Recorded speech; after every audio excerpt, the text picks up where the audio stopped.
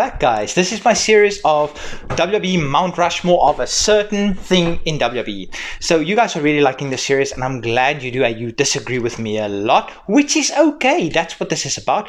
But basically, the principle behind this series is I go through a list of possible wrestlers that could be on the Mount Rushmore of WWE. Mount Rushmore, if you don't know, there's 4 spots on Mount Rushmore. Then I ultimately put 3 on there, and what I want you guys in the comment section to do is let me know who your 4th is, or you can let me know all 4s, but the game I'm trying to play is let me know who your 4th is. Okay, so today we're doing the Mount Rushmore of horrible WWE gimmicks. Let's start off with Beaver Cleavage, one of the headbangers. When the other one got injured, they saddled him with this gimmick, and it was basically somebody that was in love with his mom. That's just horrendous. Next, we've got he teamed with Hurricane. Now, Hurricane's not on here because I love the Hurricane. It's Rosie, and his initials was Superhero in Training. I'm just going to spell that out for you. Super, S, Hero, H, in, I, Training, T. That's what they thought of this gimmick. Next, we've got the Spirit Squad. Now, this is not necessarily a single gimmick, but this was just still so bad. Not that I'm saying male cheerleaders are bad, but when you're a group of male cheerleaders and your sole purpose is to just get humiliated time after time, and your whole point is to get one person over, which was Kenny, and ultimately he didn't get over. It was Nikki who got over. That was just not good. Next, we've got Damien Demento. I'm just going to say this. He was billed from the outer reaches of your mind. Did I say reaches? Outer reaches of your mind. That's where he was billed from. Parts unknown is fine, but outer reaches of your mind. Next, we've got Fantasio. He was a magician. Now, I'm a magician, and magician gimmicks don't have to be stereotypically bad. It could be good, but this wasn't. Next, we've got Kazani. He got the entire vignette treatment, and it seemed like he was going to be fantastic. He spoke in Carney, but it just didn't work. Next, we've got Duke the Dumpster Drozy. This was, of course, the time when WWE thought that every single person needed to have a job. Why can't their job just be wrestler? And this guy was a trash collector.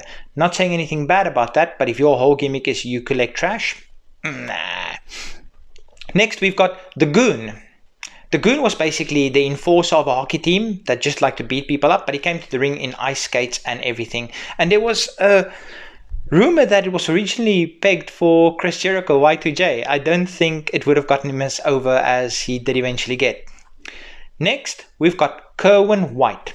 If you take one of the best Mexican wrestlers and one of the best Mexican wrestling families ever, Chavo Guerrero Jr., and you have him become entitled, I don't know, I don't want to speak about this because I don't want to get in trouble on YouTube, but basically his gimmick was, he said, and this is not my words, this was his words, his catchphrase was, if it's not white, it's not right. That's all kinds of troubling. Next, we have Zeus. The movie No Holds Barred. I think his name is Tiny Lister.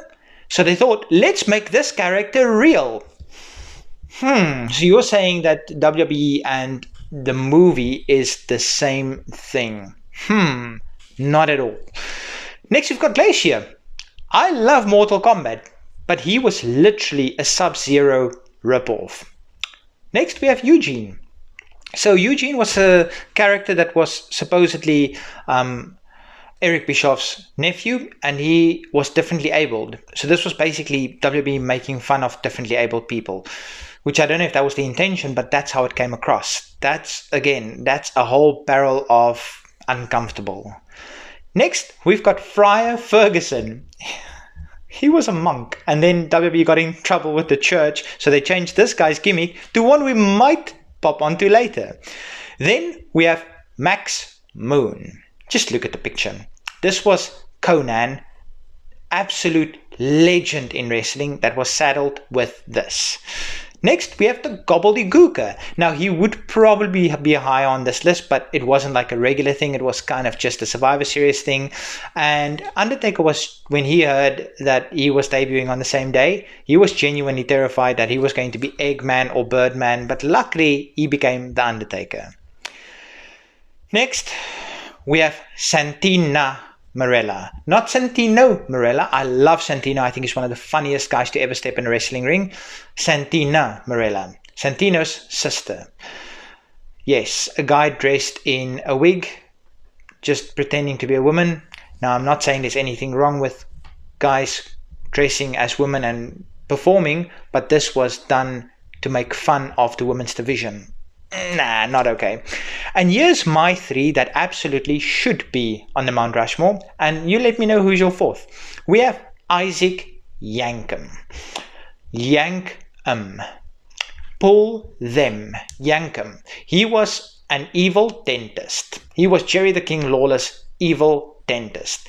He eventually became the devil's favorite demon, Kane, the big red machine. So he outgrew that horrible gimmick. Next we have Mantor.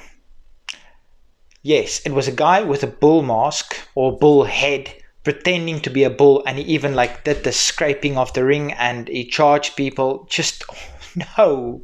And then lastly, remember we spoke about Friar Ferguson? He eventually became Bastian Booger. Yes, the word booger was part of his name. His whole gimmick was basically just being disgusting. Just YouTube his finishing move, a trip to the Batcave, and you'll just throw up in your mouth just a little bit. Hope you guys enjoyed this one, and let me know who's your 4th on the Mount Rushmore of WWE bad gimmicks. Hope you guys enjoyed it. Until next time, peace.